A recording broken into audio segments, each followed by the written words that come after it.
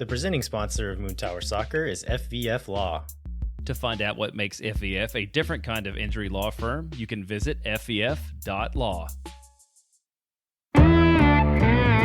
Hello friends, thanks for listening to Moon Tower Soccer. This week we will cover Austin's midweek loss in Vancouver and then a much happier home win against Sporting Kansas City, and then a lot of other news including All-Star Game, Leagues Cup. We'll have a preview for that as well, and a lot of other stuff. My name's Landon, and I'm joined as always by Mr. Jeremiah Bentley. Hey everybody, I'm Jeremiah Bentley, and the last time we saw each other in person, we were both wearing sport coats, which is not something that happens very often. But there we were, and we took a picture with Brad Stuver, who also looked very fancy, at the Austin Soccer Foundation Gala on Thursday of last week. Yeah, last Thursday. Right. I think the difference between your sport coat and my sport coat is the one you were wearing is probably not the only one you wear, or the only one you own. Oh, it's talking about. I think that was a fun event. That was the second time I've been to it. I think it was the first time you've been to it, right? It was, yeah. I've been The out Austin of Soccer town, Foundation or Gala? I think I was sick or something one year. I've been wanting to go for a long time and just hadn't ever gotten the chance to. So I was happy to get to go. Yeah, it was a pretty full room at South Congress Hotel. UT coach Angie Kelly was the award recipient. They gave away high school player of the year, I think coach of the year. They gave away official of the year. And then Brad Stuver gave a little talk because Brad and Ashley were both there and were the event co-hosts. And it's like a cool little part of Austin. It's been around for, I think, more than a decade now. It's it's been around before the club existed. It supports scholarships, refereeing, coaching, and it's a good way to get out and see some of the soccer community. We saw our striker friends, Andrew and Phil, kind of there because I think Andrew presented an award. So I don't know, it's a good time. Yeah, and it's a nice reminder that Austin had a strong soccer community before Austin FC was around. And a lot of those people who made that happen or continued that work were in that room that night. And so it really is it's a nice reminder that Austin FC, soccer existed here before it was Verde and Black. People were doing a lot of work to make that a real thing. And I'm glad to see it continues after Austin FC is here as well. Yeah, well, let's maybe get in the news of the week now too. I think the first match coming up will be the MLS All-Star Game on Wednesday, July 19th against Arsenal in, I guess, DC. I wrote DC, but I don't know if it's officially DC. It is in DC. Is it stadium? Okay, yeah. The stadium's in DC.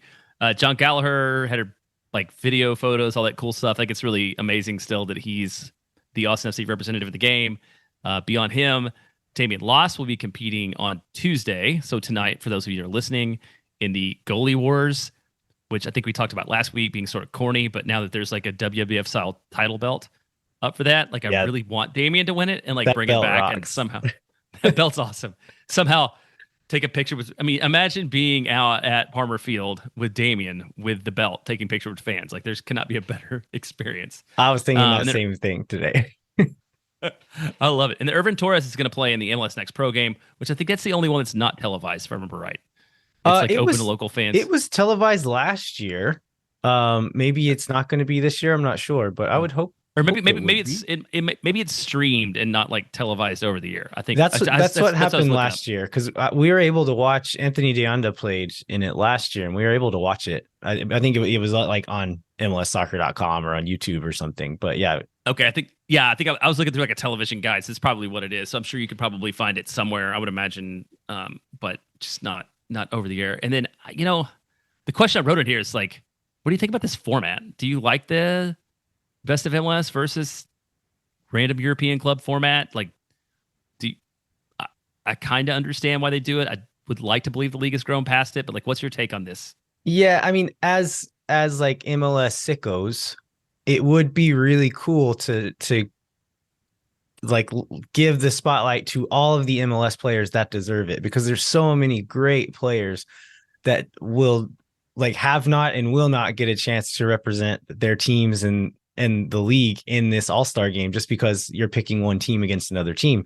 And so I think it is a little bit frustrating in that sense, but in the mode that MLS is in right now, which is growth mode, I kind of think what they're doing is the right call. Get the best of the best together, play against a higher profile team, whether it be the Mexican All-Stars or a big European team. And I kind of like the idea that they mix it up so it doesn't get too stale and like change that, like the opponent up. But I do think like from a marketing and like league growth perspective, it's probably the right call to keep doing this. But yeah, I am a little bit torn on it. Yeah, really, the reason I am is the same thing you just said. Like, if you had East versus West, there's a lot of people who are never going to see this game who might be a part of it. Um, I, I guess I will say, like, I'm not a super big fan of this format, and I think it's because, well, I think, I don't know, do any of these people actually convert? Like, are there any Arsenal fans that are suddenly going to start watching MLS because they watched the All-Star game on one night when like an Arsenal B team plays against MLS All-Stars? I don't know that. I like the Liga MX competition. Yeah. But I feel like maybe Leagues Cup kind of fixes that. Like the goal of that was to expose like the Liga MX fans to like the best that the MLS has to offer. And I feel like we're going to get that from the Leagues Cup. So I don't know. I would be very happy with moving back to like an East versus West format in future years, including one that will be in Austin very soon. But I don't think it's been announced. But Anthony Precourt told us in the press conference last Monday, which I don't think we talked about, is that Austin somewhere in the relatively near-term list of clubs that will host a game, and people can't imagine everybody coming to Austin this week when it's 106. I know. So that should be interesting to see how they deal with that too. That would be brutal. But yeah, you'd have to think it's going to be in the next couple of years that we'll get to host that. As far as what you're saying about like converting people, yeah, I don't know that like the one game is going to convert them, but exposure over time can, right? Like, oh, hey, I saw this guy play in the All-Star game. Like, okay, like I saw Thiago Almada play in the All-Star game, and now he's playing over in Europe, and like they see him again. I'm like, oh, okay, this guy used to play for Atlanta, or this guy used to play for whoever. And I think that like that familiarity over time can kind of slowly convert people. So yeah, the one game, no, but I think the exposure is still important. Well, speaking of exposure, we've already got a new MLS star who's very exposed. So the Lionel Messi, he's a regular guy hanging out in Publix which happens to be a club supporter, to the huge streamed announcement, to what is it? Every Hard Rock Cafe apparently now has a Lionel Messi line of merchandise available. What do you think about this? Like, I guess first, did you watch the announcement? I did not. I did watch it mostly out of curiosity, just to see what it was going to be like. And I was already like at my desk watching like rewatching games for the show. And so I was like at my desk, had the Apple TV app open already. And I was like, oh, it's time now. I'll switch over and watch it for a bit. And so it was, I don't know, it was like a bit of a mess because it rained, and then they had this huge stage set up out in the middle of the pitch. But then it rained the whole time, and the walkway out to the stage was apparently very slippery. And so, oh no, instead of having everyone walk all the way out to the middle of the pitch onto the stage, they were walking out like 10 yards onto the walkway, and they just did the whole presentation on this super narrow walkway, like really awkwardly. But I was not tuning in like super excited to see Messi, but I'll have to admit it was pretty cool to see him walk out onto an MLS field and turn around and have people cheering for him, and to see like a genuine smile come across his face. And so I think even like for the most skeptical of us, like it is still pretty cool that Lionel Messi is going to play in this league. Yeah, that is absolutely undeniable, because I feel like there's already this current of people annoyed by the coverage. Since like, I mean, the guy gets the coverage the guy deserves. And I think it will be a positive effect for the league overall. I just saw this news up for Leagues Cup. So I guess first of all, they're going to have like the Apple like A-team broadcasters call every single Inter Miami match, right? So it's Twellman. I don't remember who's Jake who else is on it. Yeah, Twellman, Jake Zivin, and then I think there's like a sideline reporter too for this one, if I remember right. I don't know. I'm not sure. Person crew. And then also 18 cameras, Steadicam, 4 super slow motion cameras, Skycam, a drone. Yes, sideline reporters in both English and Spanish. A dedicated 1-hour pre-show on the site in both English and Spanish with interviews, expert analysis, and a post-game show. I feel like if there was anything that shows the kind of gravity that Messi brings to this league. It's just that's what they're going to roll out for the Leagues Cup match. And for Apple TV, I also saw that apparently they're already talking to the Bundesliga just because of the amount of love they've shown to MLS. So that kind of helps prove out this whole experiment and why Apple's willing to take the bet. But yeah, that coverage is going to be insane. Yeah, all that for Messi to come on and play 8 minutes in a 3-0 loss. Yeah. Right, and probably get taken out by some random person. Speaking of Messi, did you see all the stuff, like kind of all the hubbub online about teams banning Messi jerseys in their supporter sections? Yeah, I did see a lot of that, and there's a lot of people surprised by that, and a lot of people annoyed by that, and then it's really common practice, right? Q2 Stadium has signs everywhere that are public entrances that are like, no opposing team colors, no national team in the supporter section. I feel like that's a pretty fair rule and a rule that's in the interest of the safety of everyone. Yeah. To have that. I think a lot of people, like for me, never really having lived in a place before that had a soccer team that I could go watch play. Like there's some things like that I had to learn getting into MLS culture and stuff like that. But it is absolutely like, there's several reasons for it, but one of the best reasons is a safety thing. Like if you're wearing the opponent's colors in and amongst the most passionate supporters of another team, like that's a recipe for bad things happening. And so I think it's a mix of like people not understanding why it's happening, and then also people not understanding like what soccer culture is actually like when you go to a stadium, because the majority of soccer fans in the US are just watching on TV and they don't get to see it in person as often. And so it's a learning curve that like MLS is going to have to go through, and like all of these new people paying attention are going to have to go through. But I think we can just like hope to gently teach them how to do it and why we do it this way. Yeah, because you can still do it at 85% of the stadium, or maybe even maybe even a higher percentage in some stadiums. So it's not nowhere, but yeah, among the most passionate, insane fans, like it's probably not a great idea to have the opposing team jersey on. So I guess that's maybe this is even another upside of Messi. It's like people being forced to learn a little bit more about culture in a more accelerated way than they would have had to otherwise. Yeah, absolutely. What other news we have? So we are now good 12, 13 days into the transfer window, and no moves in, no moves out as of yet. Right. And Josh Wolf was asked about possible moves in. This is the post-game press conference, right? It was. On Saturday, said if we were going to bring anybody in, it would be at center-back, but the club had very little money, which the online reaction to that was all over the place.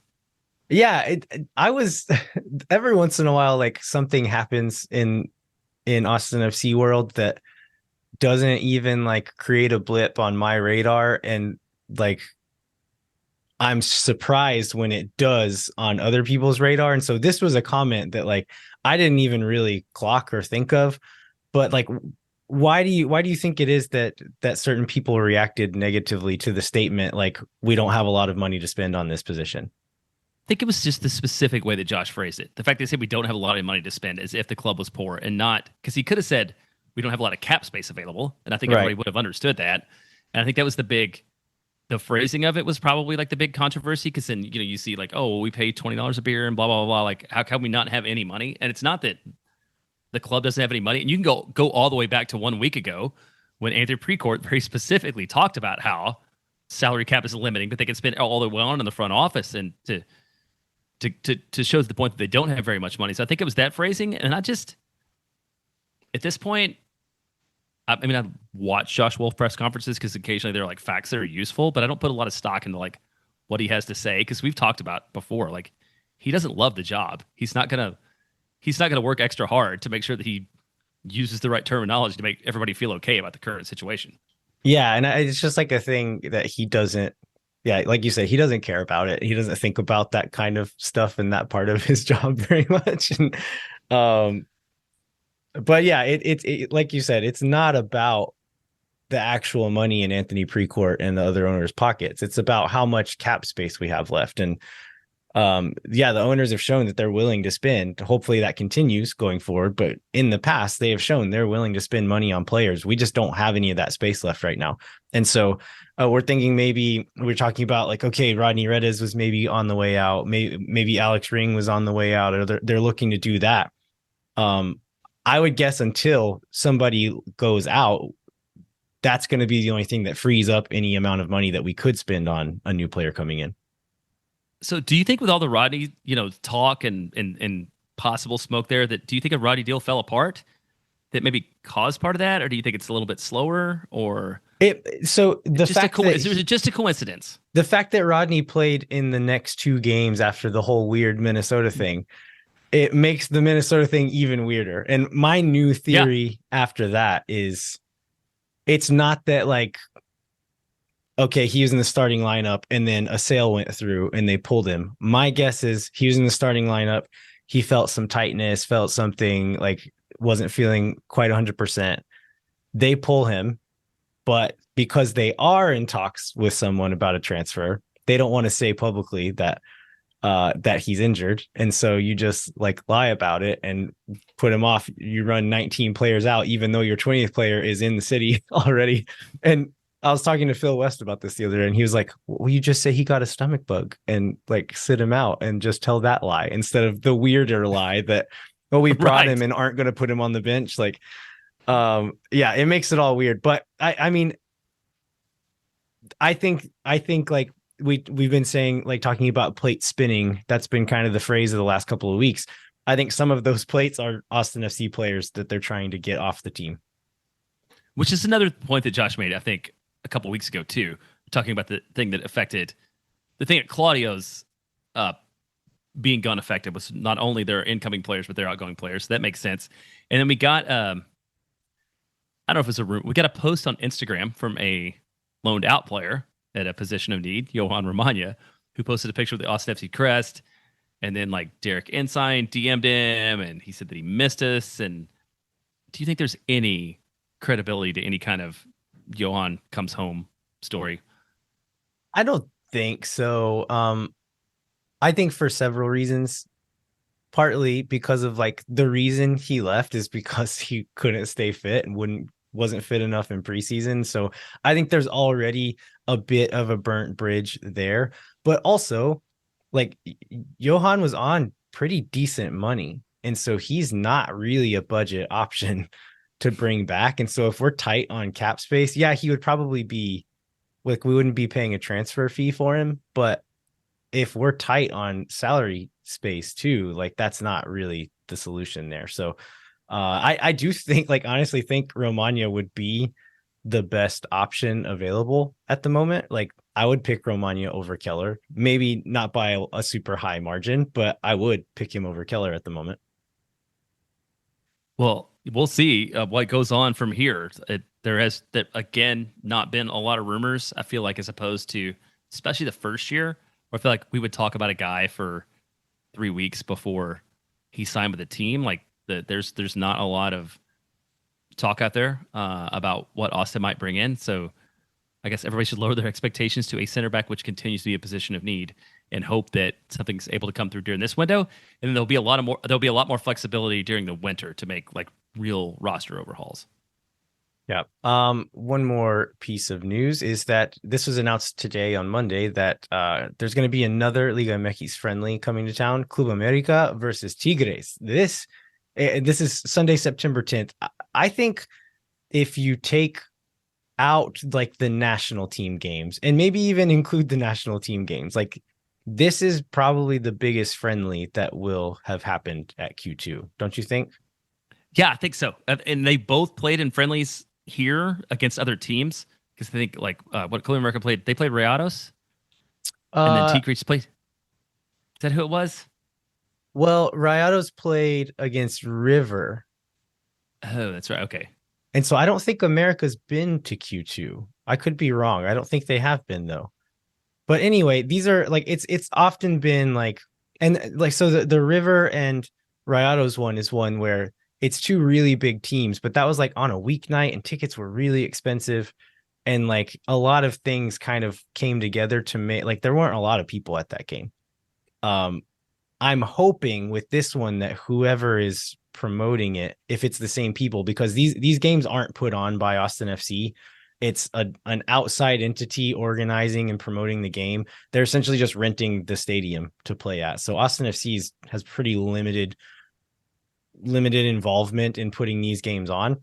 I'm hoping they learned from that last game to not put the tickets so high, because there's going to be these two teams are huge. These are really big teams. Tigres being one of the closest teams to Austin, and a lot of people might travel to that or already live here. Club America is the biggest team in Mexico. And so this could be a really big, really well attended game if they don't mess it up by like the scheduling is better. Sunday is better than like a midweek thing, but as long as they don't make it crazy expensive, I think this will be a very well attended game. Yeah, I think it will be too. And it's such a huge fan base there. So ticket pre-sales if you're Oak Collective or season ticket holder on Thursday, and public sales are Friday. So I'm excited to see how this goes. I think it will be a really good thing for the stadium and for the environment. Maybe this is another one where I'll like pull a press pass, Yeah, and be able to watch it from upstairs. All right. Well, we should take a quick break and then we'll be right back to recap the two games from this week. Hang tight. We'll be right back with more Moon Tower Soccer. No one is around.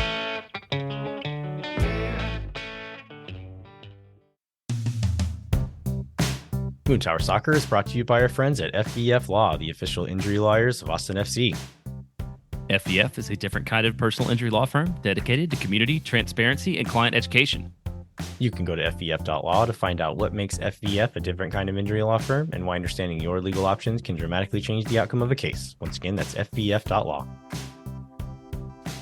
Amplify Credit Union is a member-owned financial cooperative that served the needs of Central Texans for over 5 decades. Amplify's team lives and works in the community, making them the experts on how members can achieve their financial goals. What makes Amplify different? No bank fees. Amplify is the first financial institution in Texas to put an end to bank fees. In 2022, Americans paid almost $8 billion in overdraft fees alone. Millennials paid an average of $336 a year in bank fees, which works out to 6 Austin FC game tickets per person per year. You'll pay none of these bank fees with Amplify Credit Union. And I happened to run into my friend, who's the chief experience officer at Amplify Credit Union at the game on Saturday. And I just started reading copy, and she was very happy. We basically memorized this script. He's like, tell them about bank fees, Jeremiah. It's like, let me tell you how much the average American paid in bank fees, Stacy. Amplify membership is open to any Texas resident. Learn to trust your bank again at Amplify Credit Union. To learn more, go to www.goamplify.com/moontower. All right, we are back. We're going to first recap the loss. We'll start with the bad news first. Quickly recap the loss. You'll notice my notes are much shorter for this one. This one ended 2-1. It was a rough game to watch in many ways. I was looking at the stats. I think we ended the night with, only 8 total shots. I think that stat is a little bit unflattering for Austin because we moved the ball okay. We were getting into decent areas. And Austin is one of those teams. We talked about this with all like the XG talk last year about how Austin is overperforming, and a lot of Austin chances will not register as XG. And so there'd be like a cross in that a defender does well to kind of cut out.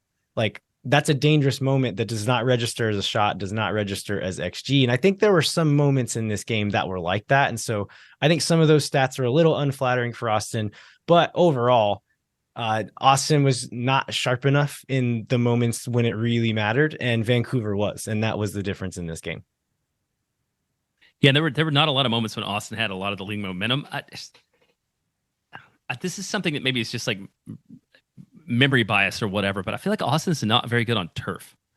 Yeah, I feel like the way Austin plays, and maybe part of this for this match was also just sort of game load from like playing a lot, but I just like I feel like that sort of precision kind of play does not play well on turf, and it feels like this is a repeating pattern.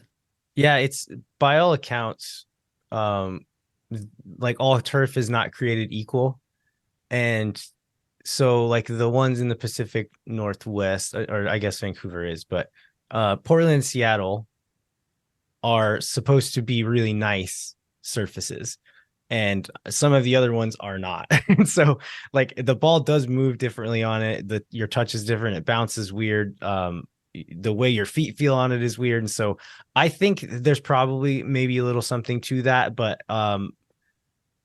we also can't blame everything on that, right? No, I mean Austin did not have a great performance on the night overall, no doubt, and it was borne out in shots on target, XG, like all the game stats. But they just seem to perform more poorly on turf for whatever reason.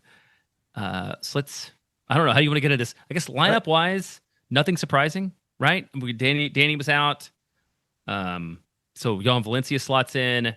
We had basically the same 4 center backs we saw the week before. I think it was basically the same lineup that we saw in the match before, right? I think so. Yeah. I think there was maybe some talk about whether or not we'd see Keller again. But that was not a huge surprise. Valencia was probably always going to be the favorite to replace Danny there. Wolf had maybe not had the best little run of games, so thinking maybe there'd be a change there, but also not super surprising to not see the change. But yeah, not a lot of surprises here. Well, I guess we have to start off because it's almost one of the first things that happened is a goal from Vancouver. 30 seconds in. This is not long after the kickoff, which Austin kicked off first. We boot the ball long like most teams do off of a kickoff. Austin is still pressed up pretty high, and the ball's kind of bouncing around, falls to Ryan Gauld. He drops it back to Andres Cubas, who first time hits a long ball in behind for Brian White, which is a thing that they're going to look to do a lot. Kip Keller is on that side with John Gallagher as support. On the backside, Pedro Vite is streaking towards that back post. And there's Brian White, to his credit, plays a nice ball, like able to kind of arc the ball over those defenders into the path of Vite. Vite takes a nice touch to kind of settle it and then hits it on his second touch. And I don't know, 2 or 3 yards away from Stuver as he's rushing out and is able to meg him. And there's nothing Stuver could have done there. Like you're trying to get big, and if you get megged, like that's the risk you take, I think. But That's the downside of that. Yeah. Yeah. And originally watching this goal, like as the ball is over the top, White is settling it and starting to drive. You see John Gallagher kind of trailing Keller to support him. He looks over his shoulder and sees Vite coming up the backside there, and just keeps following Keller. And at first I was like, Gallagher should have peeled off and gone to cover that guy. But after a rewatch and after hearing what Wolf said about it in the press conference, I think Kip, knowing that he had Gallagher's support, should have been a bit more aggressive there. And because he was so wide, like, okay, let's address the ball there. Don't let him get a cross in. And if you get beat, Gallagher's there behind you. And that gives Nick Lima, who was trailing Vite, but I think he just made a big run up and didn't really have the legs to recover in that very moment. Maybe that gives him an extra second to get back if Brian White does get a ball off. And so I think this is going to be a running theme through this show, but just like little learning moments for young players like Kip Keller throughout these 2 games.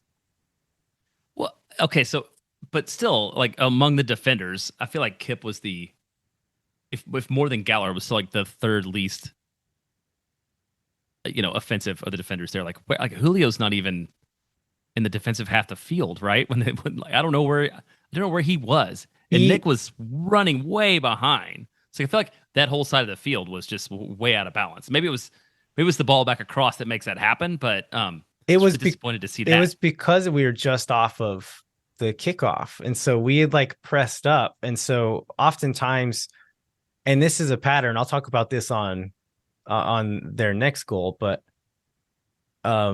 Julio had followed like a forward into the midfield and was kind of pressing, and we were kind of like in a pressing pattern, and Vancouver did well to thump it over. So like I don't fault Cascante for not being there, because he was kind of doing what he was supposed to do in the moment.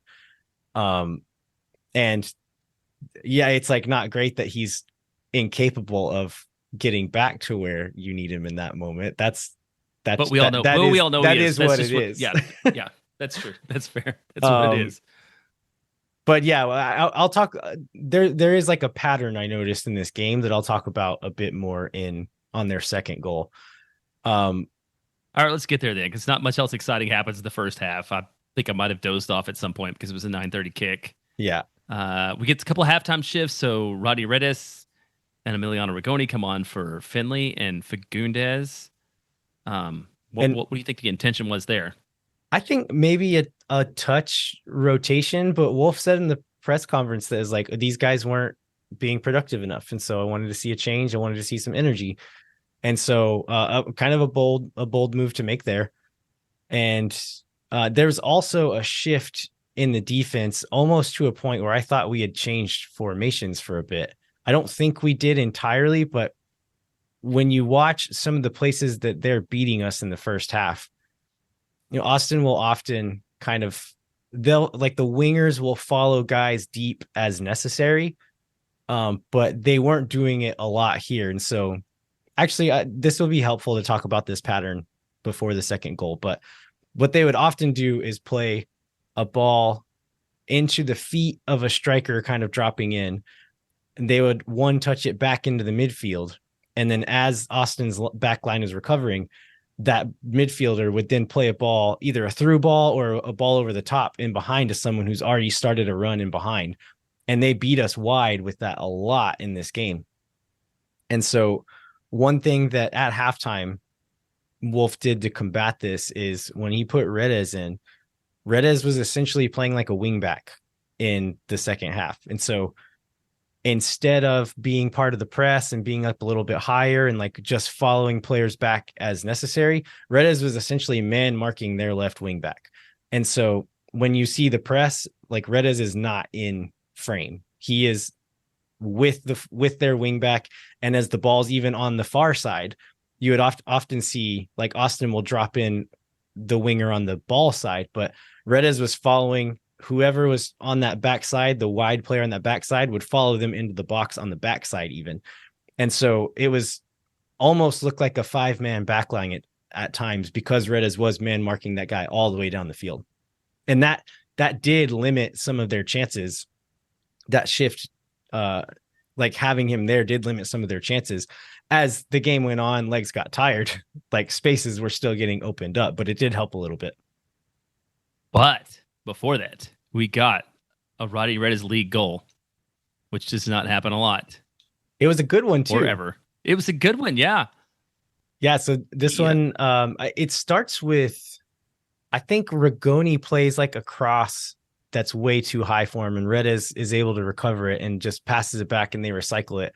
But it ends up with kind of that triangle combination play on the left-hand side, finds Driussi just at the edge of the box there. As soon as he turns, Owen Wolf makes a really nice run into the box, kind of behind the back line. Driussi spots it, plays a beautiful chip, just like a little curled cross into right in front of the keeper. Takaoka, the keeper, is forced to come off of his line and make a kind of an awkward save, and the ball spills out onto the backside to Rodney Redes, and he just smashes it over Takaoka, who's still on the ground trying to recover. But like good being in the right spot at the right time, but also a pretty good finish in the end. Yeah, it was a well taken goal from Rodney. What was the? Yeah, I mean, it wasn't super high next goal. It was just a good shot from good space, and so for a little while there, actually, I want to talk about the celebration here for a second because everyone was so happy. Like you see as they're panning across, Owen has a huge smile on his face. It's like he's getting up off the ground, and they're all run over there and like in a big hug, and you can read Rigoni's lips saying "Golazo, golazo," which I love seeing them all celebrate Rodney like that. But if we don't plug this enough, but if y'all want to hear more about goal celebrations, you should be listening to Swoon Tower Soccer. If I'm sure yes, there's absolutely. I'm sure there's some people who listen to our show and don't listen to that one because they just kind of assume it's not for them. But if you care a lot about this team, you will probably really like that show. So at least give it a chance because it's very, very good. And it's very, yes, gold celebration focused for sure. And okay, never mind. I was gonna say like I don't want to be critical of Rodney on this goal, but like Rodney's leap was not much of a leap at all. Maybe because he's a short guy. I don't know how he's set, but like you see these guys like usually they score the goal, they like hop up in the air and pump their fists. And you're like, I don't even know they got that far off the ground. And when I saw Rodney do it, I was like, oh, that was like me jumping in the air. Like to give a taste hard. of Swoon Tower, I think they compared it to Super Mario, like NES Super Mario jumping with his little fist in the air, but not the big one, the small one after the little you've been hit good. one time. Thank God it's not just me then. I haven't listened yet. Okay. So after that, like we again, like I was saying before, like we looked okay offensively. We're looking a little bit more steady defensively, but we're still just not playing sharp enough that I was ever convinced that we were going to hold on. Held on for a fair amount of time, but in the 72nd minute, again, this is that pattern that I was saying, that play it into a striker, drop it back to a midfielder. And so what that does is, like, let's say the forward Sergio Cordova or one of the like the wide players would drop in between lines a little bit and force a defender to follow them. And so that be that Nick Lima or John Gallagher or Cascante, like, or Keller, like they'd follow that player into the midfield to keep pressure on them. Don't let them turn. But that player was ready to either tap it inside or tap it back to a midfielder, and other players were already making a run.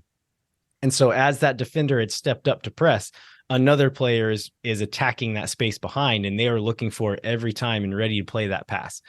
And so, like I said, the Redes defensive shift helped it. But as legs got tired, as we're pushing a little bit more in the second half, this same pattern pops up and they're able to play a ball in behind.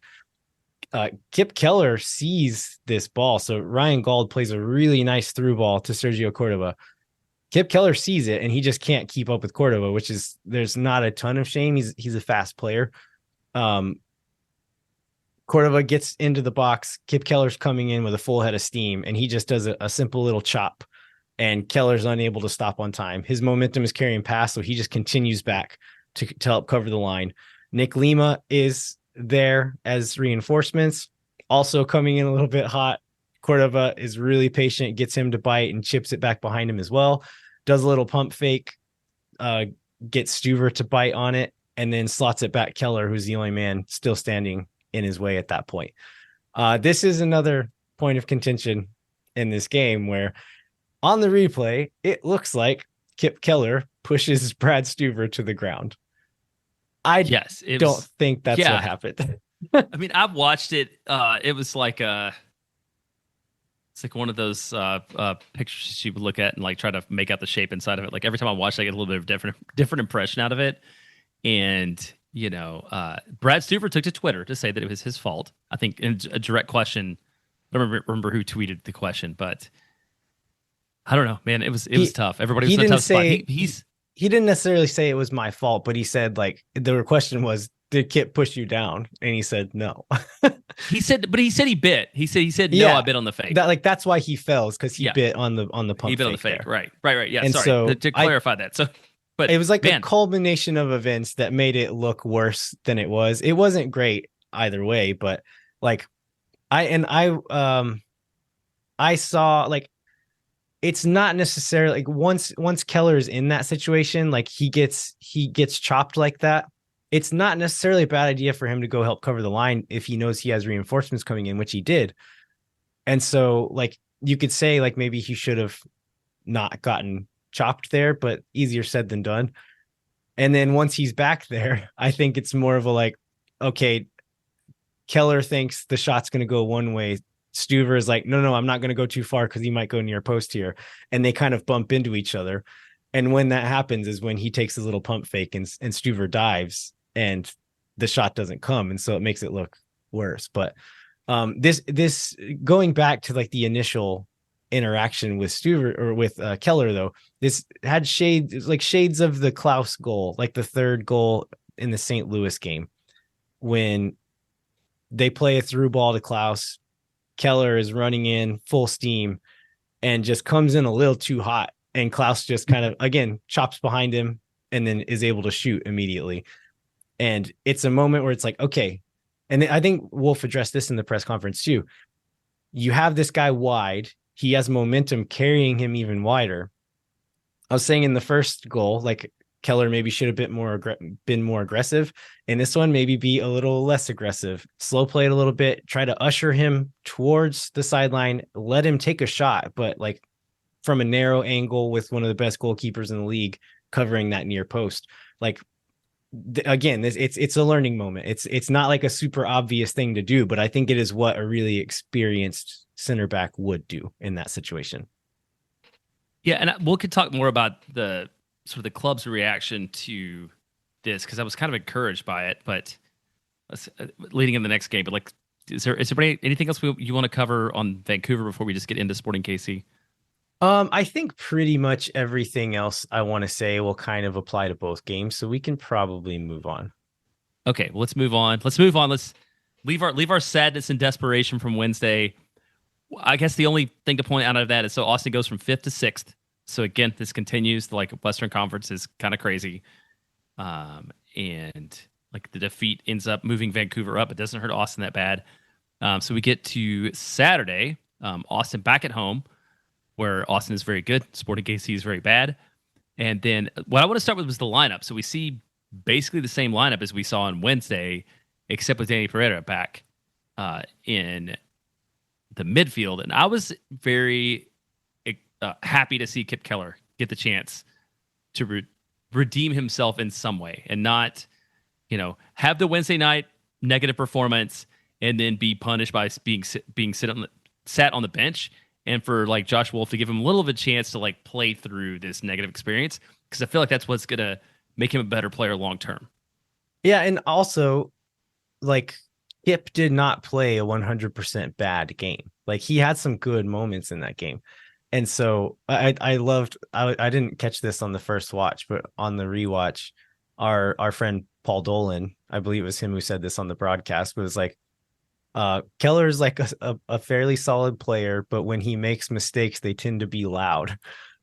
So I thought that was interesting that like he'll do some good stuff and has some real qualities, that it's not like the whole game was negative, but it's just the negative parts tend to stand out a little bit. And so, yeah, I agree. I was happy to see him get the run out again. And Wolf has said this, a lot of people have said this, that like, this is the way you gain confidence. This is the way you learn, is to keep playing. And luckily for him, he's all we've got right now. So, yeah, he's going to get to keep playing, it seems. Right. Well, there's a little bit of that too, right? Who are the other options? Like you played Nick Lima at center back, which we know he's not equipped to do, and then start Lundqvist. I mean, he benefits from limited options for sure here. But again, basically the same lineup. More or less Austin's best 11 at this point.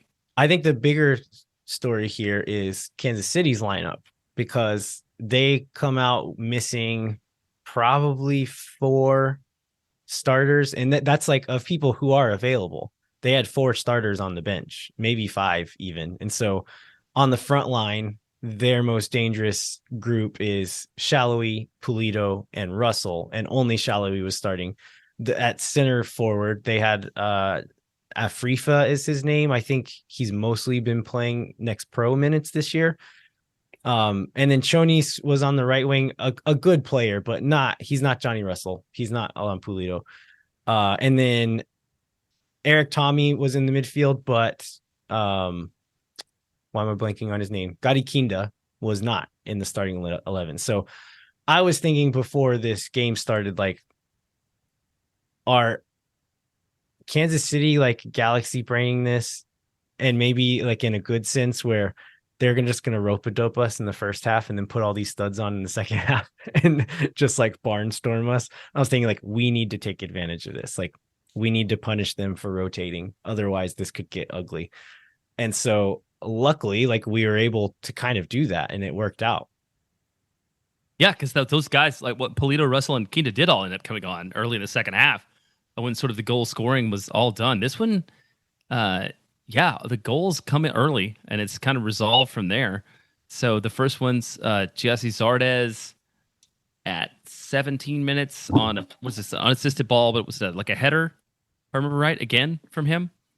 Uh, well, it started with a header. So this one comes from that. So this crossing pattern that Austin looks for a lot. The pattern in general is get the ball deep, drop it, like get the ball towards the end line, drop it a little bit deeper, and play it into the wide area or into that channel. And as the defense is resetting that back line, play across into some players in the box who are also making a run against the grain of the defense, kind of resetting. And the idea is to catch them off guard, kind of scrambling in awkward position, trying to cover those runs into the box. And we do it, and it works perfectly. We find Jossie Zardes on the backside. The ball is like a little high for him, so he's kind of like fading away, unable to get a lot of power onto it, but gets it down back across the keeper's body. He's able to save it, but it just bounces right back up to him, and he side foots it into the top of the netting for the goal. But it's like nothing super impressive there, but just really good execution of a thing that like we try to do a lot. Yeah, I thought that was interesting. So it's his third consecutive home goal, and then the second goal would be Ethan Finley's third consecutive home goal. So again, two long-serving MLS veterans kind of doing the best things they can do. This comes really quickly after the first one, if I believe. Yeah, 2 minutes after the first goal, Ethan Finley scores the second one. Yeah, so this one, I think Owen Wolf starts this sequence deep, like deep in our half. There's some buildup, ends up with Fagundes on the left side, kind of driving towards the interior, draws in a couple of defenders. Once Owen played that first pass, he continues his run all the way through the middle, like kind of right up the gut. And Fagundes spots him, plays like a nice little cross with the outside of his boot. And it's in the path of Owen again, kind of like the Redes goal, where like a nice run from Owen kind of sets up the whole thing. But Fontas, the center back, is able to get a toe on it and keep it from getting to Owen. But that run had drawn their left back in Dembe into the interior. Finley is alone, crashing the box from that backside, and the ball falls to him and hits it with his left foot. It's an okay strike, a decently placed strike, but McIntosh, the keeper, probably should have done better on that one. Well, all that matters is the result. So we get another Ethan Finley goal. Ethan Finley would end up being on the MLS team the match day again. So just really having a strong. I saw somebody suggest that like Rigoni came in for $7 million just to push Ethan Finley to play harder, and that was ultimately good for Austin. So I am willing to buy that. The guy's having a really strong year. Yeah, and I to go back to the goal, like McIntosh should have done better, but not to take away from like the pattern of play, the positioning. Again, Finley being the right place at the right time, and maybe not the best shot, but like everything before that was good, and like something that Austin did intentionally. It wasn't an accident that it happened that way. And it's great to see like patterns of play that we're intentionally trying to do working and leading to chances. Even if the keeper should have saved it, it was a good chance from a good area that we earned and worked our way into. Yeah. Yes. And then the rest of the first half. Well, I think there's a couple of other things that happened in the first half that we should mention before getting into halftime, which is oh my gosh. I was going to say, injuries. Yeah. So what minute was Danny's? Do you have that in front of you? Yeah, Danny's was 13. In the 13th minute. So yeah, he is a really good play for him. He steals the ball in the midfield, drives forward, and is kind of leading a little counterattack there. And someone sticks a leg out, and I think he's like half trying to evade the guy, half trying to like, okay, I'm not going to get around. I need to sell this. But then regardless what it was, he was running really fast and then left his feet and landed really hard on the ground. And it didn't look like a super weird landing, but I guess he landed awkwardly on his shoulder, and they came out and looked at him. He tries to stay on for a bit, but you couldn't see this on the broadcast, but in the stadium at one point, he turns and looks over at the sideline and like puts his hands up, is like, hey, when is that sub coming? And I think he gets on the ball one time, plays one pass, and then sits down. He's like, I'm done, y'all. I can't do this. That's right. I do remember that. Yeah, that was really bad. Yeah, and then Juicy's right before the half, I think, like 43. It's in the 30th. Was it that late? I thought it was 30 something. Well, I've got 43 according to FotMob. 43 is when he comes off. I don't know if that's when he went down, but that's when he came off. Oh, yeah. So he goes down for the first time in the 30 some odd minute and goes back on and plays a little bit longer and then sits down again. And I think 43 is when he actually makes the sub. And the obvious replacement for him is Rodney Redditz. Were you surprised when that was the change? Well, I don't know what else they're doing at that point. I don't know who the other choices are there. Yeah. So I wasn't that surprised. I just feel like that was sort of another symbol of Austin just trying to kind of make it through this game and make it to the Leagues Cup break, hopefully with a result. Yeah, I was a little surprised for it to be Redes, but then what they ended up doing is shifting Fagundes inside. So Fagundes kind of took over the Driussi role. Because he's the next best option for that role, right? Diego in the 4-3-3, yes, yeah, he is. If we were doing that like box thing, like the 5-back box midfield thing, Finley and Rigoni played pretty well in that position. But in like the 2022 4-3-3 attacking shape, I think Fagundes is the most like for like option there. And so I thought that made a lot of sense, and then put Rodney out wide. And Rodney played well. Like, again, I know we've like been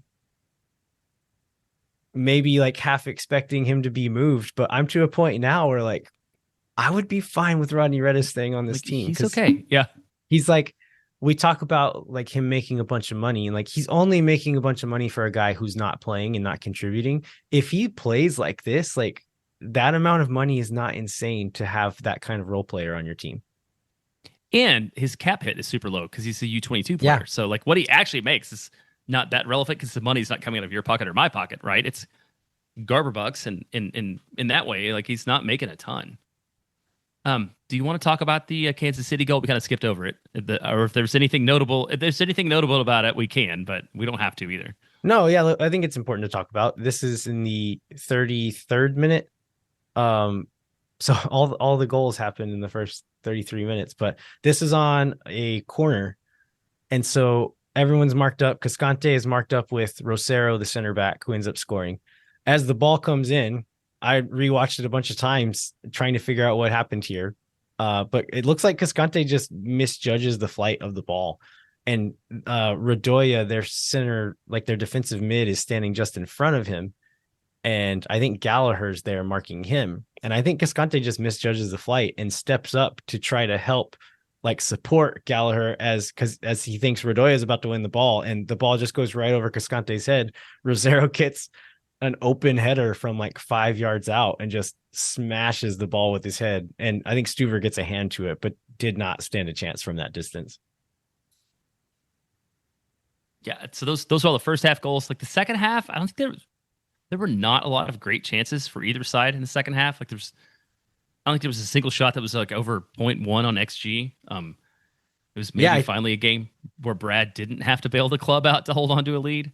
I think we ended up with what was the total number of shots here?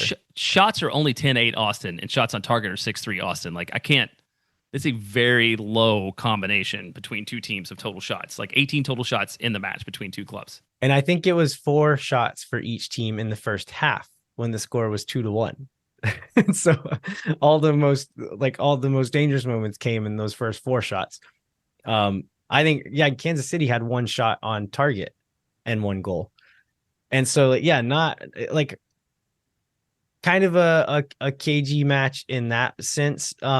Going into halftime, I was talking about Kansas City playing a rotated squad. We see Driussi and Pereira come off in the first half. And then at halftime, I'm sitting here watching Alan Pulido and Johnny Russell warm up. And I'm like, okay, we're like haven't been great the last game and a half. They just scored. They have some momentum here, and they're about to put on two of their best players at halftime. And it was like that nightmare scenario is like they're gonna try to rope-a-dope us and score. And like luckily we did take advantage of their rotated lineup and got two in the first half, which was big. And so what Austin needed to do in this second half was shut them down defensively. And they kind of were able to. Like they really limited what Kansas City was trying to do, even with these better players coming on, these really dangerous players. They did a good job of limiting what they were able to do and putting pressure in the right spots and just being frustrating to Kansas City's to their attack. One of those things was, so the Maxi Ruti sub was at the half, right? Yes, Maxi comes on at the half. So I think this is a thing that I think the coaching staff deserves some credit for this one, because you have to sub off Danny Pereira really early. You have to sub off Driussi early. You only get 3 substitution windows plus halftime.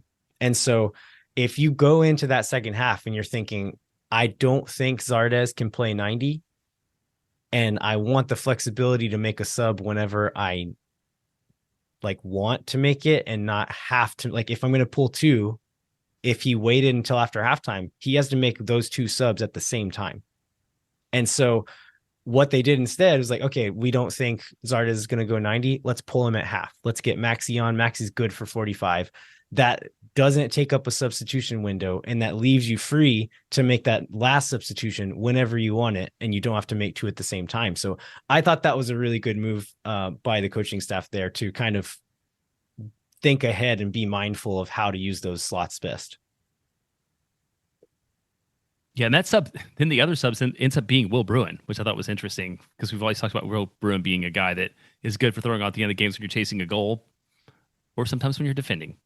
I think what it did was, I think that's a smart play as well, because we always defend in that 4-4-2 shape, and I think what they did instead was we're just going to be 4-4-2 all the time.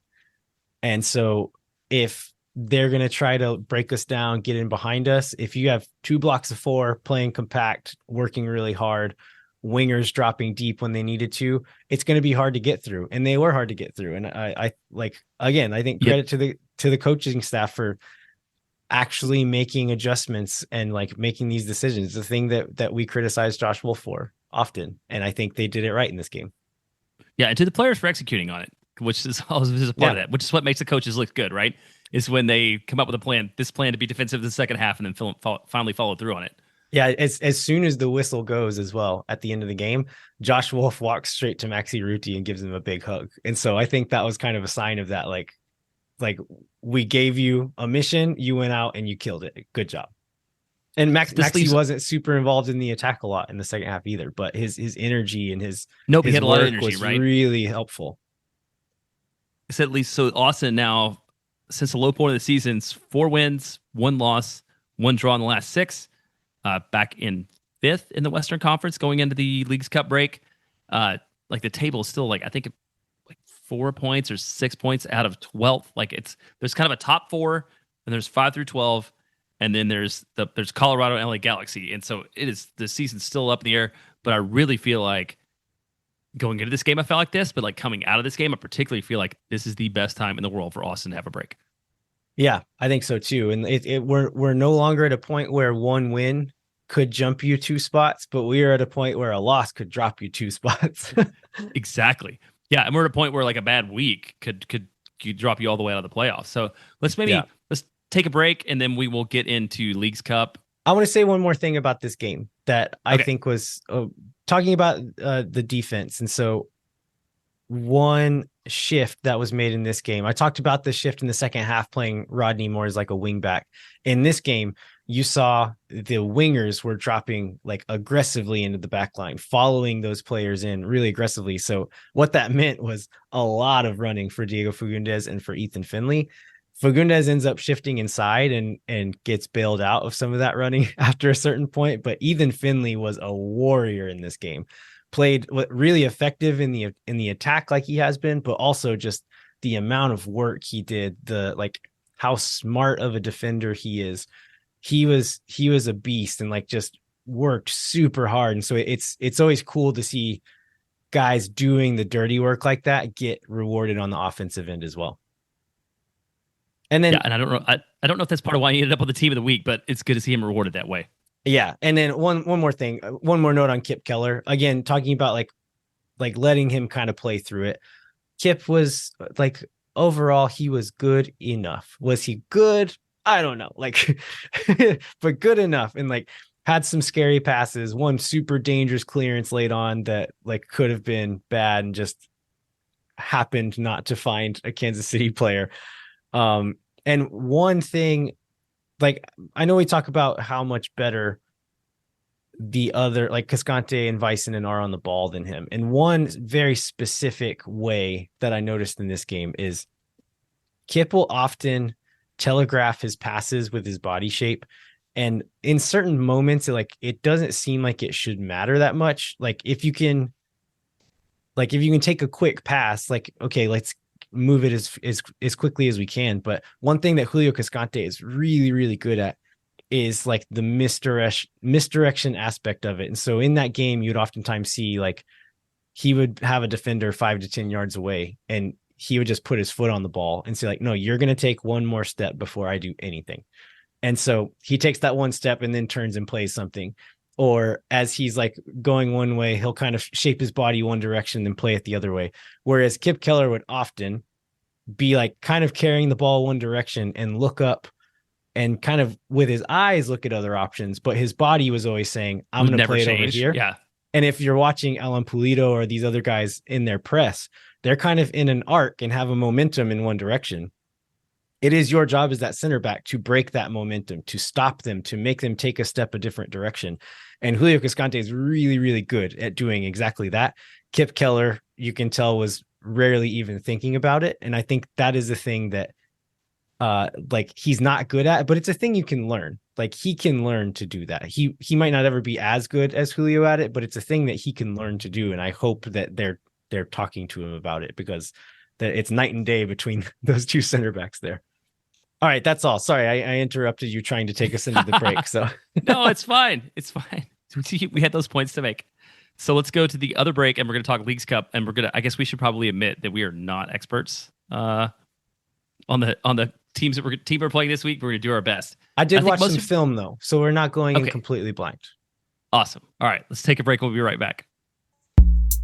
Moon Tower Soccer is brought to you by Covert Ford. The Coverts have been meeting the needs of local car buyers for 114 years because of their service, financial expertise, and support after the sale. In addition to supporting car buyers, Covert's an important part of the soccer community and the official automotive partner of Austin FC. Right now, Covert has a deal on a 2023 Ford F-150 XL Super Cruise, stock number 2230076. The MSRP is $53,815, but with dealer discounts and package savings, it can be yours for only $45,299, plus tax, title, and license. And with a approved Ford credit, you can get it for 0% APR over 36 months or 3.9% over 60 months. If you're in the market for a new or used vehicle, be sure to check out covertford.com. Moon Tower Soccer is brought to you by Sage Wilson Realty. Thanks to Sage Wilson Realty, we'll be giving away 2 tickets to an upcoming match. So fill out the form in the show notes to enter for your chance to win.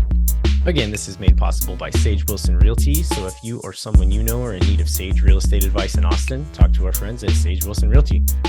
Be sure to check them out online at sagewilson.com. All right, we are back. MLS is on pause for a while. Like we mentioned before, we're going to have all-star stuff midweek.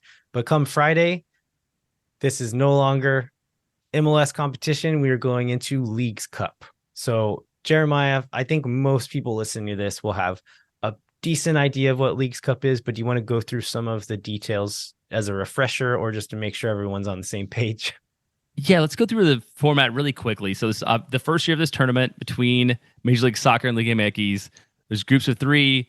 MLS teams are hosting throughout this tournament in the knockout. Not every group is equal parts US and Right. Mexico teams, right? So Austin got a draw as such that we have 2 Mexican teams, but some of the other ones are the other way around, where it's 2 MLS teams and 1 Mexican team. Yeah, right. They're the other way. They were kind of seeded based upon inverse order of league results. So Austin, in theory, should have 2 of the weaker opponents, Liga MX, and that's probably true for the first one, and maybe not true for the second one. But we can probably get into that next week too.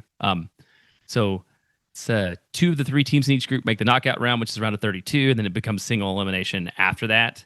One thing that I had forgotten until I read the rules again today is it makes sense. There are no ties in group play or in any kind of play, no matter what. So you will receive 1 point if the game is tied after 90 minutes, and the winner of the subsequent, it goes to penalties. Winner of subsequent penalty shootout will earn an additional point. And regulation one's kind of straight. So you can get 3 points for regulation win, 2 points for win and penalties, and 1 point for a tie, and then obviously 0 for a loss. Which helps with the tiebreakers in a 3-team group, right? Like in World Cup rules, that could get muddy really quick, but that kind of helps that. It kind of works for this. I guess, do you want to do the preview part, or you want to ask Austin? Do you want to get into the how much Austin FC should care and try part of this? Let's first? talk about that part first. Okay. That kind of goes, there's like wildly varying opinions about anybody you talk to about how much Austin should try or how much Austin should care. The big factor for me is that the second group games on July 29th, if Austin was to not make it out of this group, which seems unlikely, then there's not another league game until August 20th. So like I don't see how you just overall punt on this tournament. Now, do you have players that are maybe not healthy that need to get healthy and you hold them out? Absolutely. But do you rotate for any other reason than that? I've seen suggestions that you hold Julio Cascante out because Austin can't afford another loss at center back. Like, it doesn't make any sense at all, because you're going to have like a whole team full of guys. They're going to have like a month of not playing in a competitive match. And also Austin's schedule is not very easy coming out of this. So they need to find a way to be in the best form possible coming out of this tournament. Yeah, you make a lot of good points there. Like it's, and I think a lot of people frame it as if there's only 2 ways you can go about it, which is all out, do everything you can, risk everything to win the whole thing, or completely throw it, play entirely rotated squads. And you can, it's a spectrum, right? Like, I think we can take it seriously. We can try to win, but at the same time, understand that we have some injuries. We, as of time of recording, we don't know how serious either Danny Pereira or Sebastian Driussi's injuries are. And so 2 of our most important players, if they need some extra time, then yeah, let's play the best 11 that is healthy and fit to go. But if this were MLS playoffs and Driussi was like 75%, you put him out then there. You roll him out there. Yeah. If it's this game, maybe you run him 30 minutes, or maybe if he's not ready to do that, even you hold him out the whole first game and wait for the second game. But you can still take it seriously and try to win without risking everything for it. And I'm guessing that's what is going to happen. And the reason why, I think we've talked about this on the show before, but like the reason you see so much rotation in Opens Cup and these like CCL games against these smaller teams, because those are happening midweek during other games. And that's why it's so hard. But right now we're going to have 6 days off from the last game until this first Leagues Cup game. I think it's 8 days until the next one. And so there's going to be plenty of time to rest. And you don't want players sitting for a month. And so, okay, let's say we throw these and then Austin doesn't play a game for a month and they come back and are trying to fight for a playoff spot and they haven't played a game in a month. Like it's not a good way to go about it. Well, and that difference you talked about is the entire reason that this is set up this way. I mean, the whole reason that the Leagues Cup is set up so that both leagues shut down for a month is so that they're both on equal footing, and it doesn't, like, rotation doesn't matter. The fact that it's going to matter ultimately, but the fact that like the salary restrictions are different, the 2 leagues don't matter. Like, it should just be clubs rolling out their best 11s. It hasn't happened before, so we'll see we'll see who all tries and doesn't try. But yeah, I see no good argument for Austin doing anything other than what you said, like putting your best healthy 11 available based upon recommendations of like Dave Tenney and the high performance team. Yeah.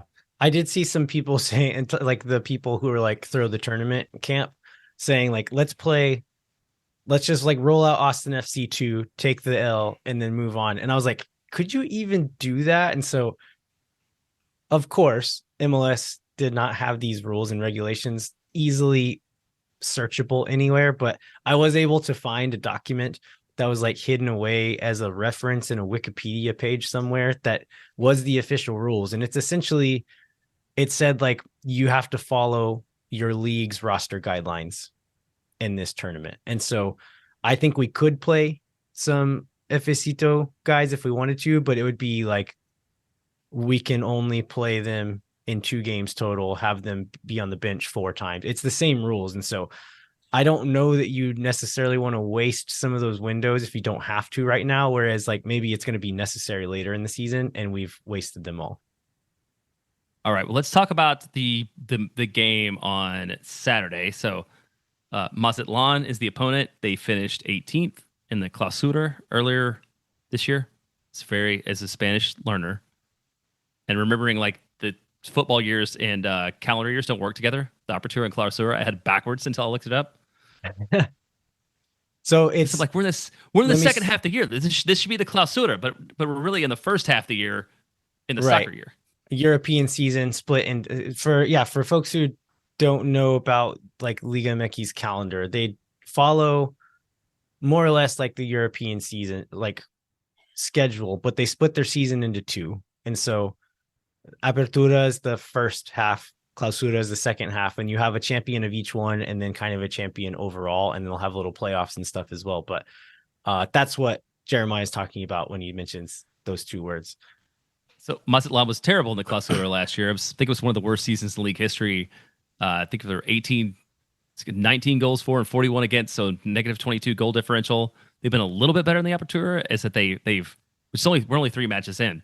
Right. But they've had 2 draws and a loss so far. Allowed 6 goals in 3 games. You've watched some film, like what, or YouTube videos, which just counts as film. Like what do you expect to see out of them? I actually went into the Y Scout this time, so I was doing all the boring kind of film. So they just hired a new coach who's coached them for 3 games. So it makes it a little difficult to know exactly what they want to do. So you mentioned how poorly they did last year. They had the most goals conceded over the whole season, the lowest number of touches in the attacking penalty area in the whole league, second lowest XG, the highest XG against.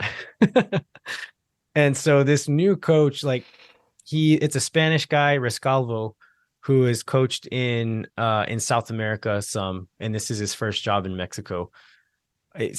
From what I could find, it seems that he wants to maybe like focus a bit more on having a solid defense and then kind of attacking a bit more directly going forward. And from the bits of the 3 games that I watched this season, they'll play in like a pretty much straight up 4-4-2 or kind of like a 4-2-3-1. Their fullbacks will stay pretty reserved, not overlap very much at all, and kind of stay a bit more tucked in, kind of like Austin's fullbacks did a lot last year. And when they go, they'll kind of like launch forward and attack with 4 or 5 guys. And then the back line will just kind of stay deep and just like, okay, good luck, guys. Y'all go have fun up there. We're going to stay back here just in case. And so it seems like that's what the coach wants to do. It hasn't started working yet because they are still giving up a bunch of chances. They're still giving up quite a few goals, and they've only scored 1 goal in their 3 games so far. So not to say they couldn't turn a corner, they couldn't get better, but they haven't been very good so far. And it's going to be interesting to see like what this looks like. Like it's a brave new world. MLS teams have played Liga MX teams in CONCACAF Champions League, but it's always like the best Liga MX teams and the best MLS teams. And this is like a pretty good, like one of the games I'm most interested in, where it's like kind of middling MLS team versus a lower table Liga MX team. Like, what does that look like? Is the bottom of their table better than the middle of our table? We don't know. And it's going to be really interesting to find out, but they have quite a few former MLS players on their roster. And so they're going to know what MLS is about at the very least. So Luis Amarilla is, you recognize him from Minnesota United. He's disappointing Paraguayan designated player. There you go. Which Austin fans are very familiar with. Yes. One of my favorite memories of him is he came into the league, and in his first press conference, he promised that he was going to score 20 goals, and he ended up scoring like 3 or 4. And somebody asked Adrian Heath about it, and he said, "Well, he owes me 14 or like owes me 15." And so, Ake Loba, the Nashville disappointment, is also there at the moment. Hasn't played much. Josue Colman used to play for Orlando, I think, is on that team. Joel Barcenas, who beat the U.S. with Panama the other day, is on this team. Their captain is a center back named Nestor Vidrio, and his nickname is El Woody. I could not find out why. Find out why. And then they have a player named Nicolas Benedetti, who is a Colombian guy. Originally came from Deportivo Cali, and I'm guessing like maybe like around the same age as Johan Valencia, so they probably would have played in the academy together or something there. But ended up at America in Mexico, and then was on loan last year to Mazatlan, and then I think permanently transferred this season. He got injured in their first game, was kind of like played on the wing some and as a 10 some, and is one of their more creative players that I think they probably were going to depend on quite a bit. He goes down in their first game and has not played since. And so not sure if he's going to be available again in this game, but will not be fresh and like raring to go if he is available. All that being said, I have absolutely no clue what to expect from this game.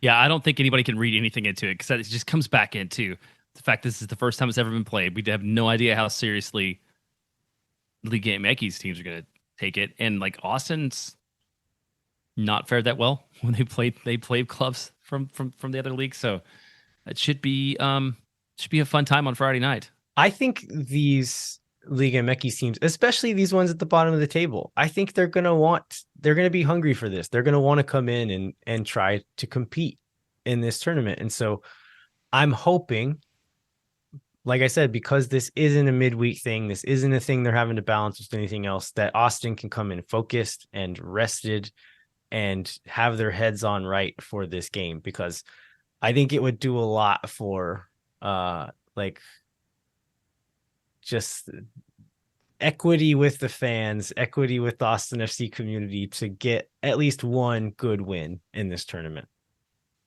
Yeah, it would. And ultimately, this is set up for credibility for the league, because MLS is going deeper against Liga MX clubs, and because it's at home too. Yeah. So it's all the more reason why Austin should succeed. All right. Anything else before we move on, Jeremiah? No, let's go ahead and wrap it up. All right. Well, we would like to remind you to rate, review, and subscribe wherever you get your podcasts. I've seen a few reviews come in lately. Thank you so much for doing that. It helps the show and also just makes me happy to read them. Come find us on Twitter, LVHero87, JBentley_ATX, and then Moon Tower Soccer on Twitter, Instagram, and YouTube.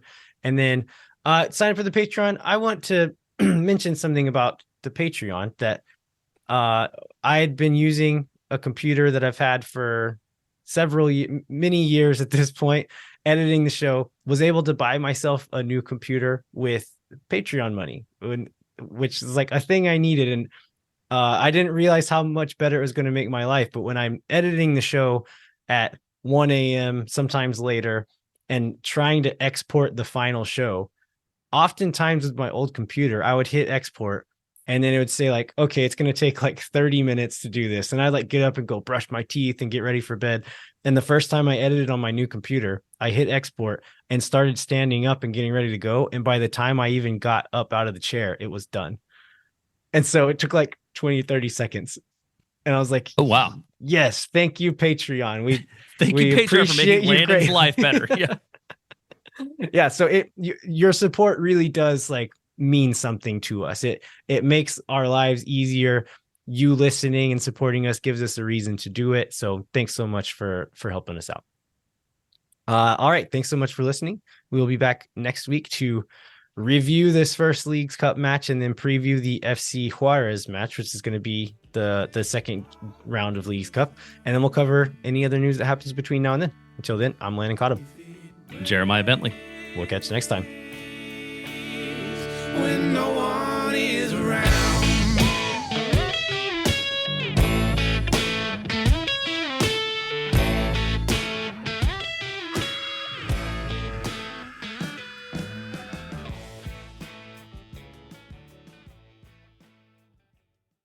Think for nothing, you never La gente Oh my God.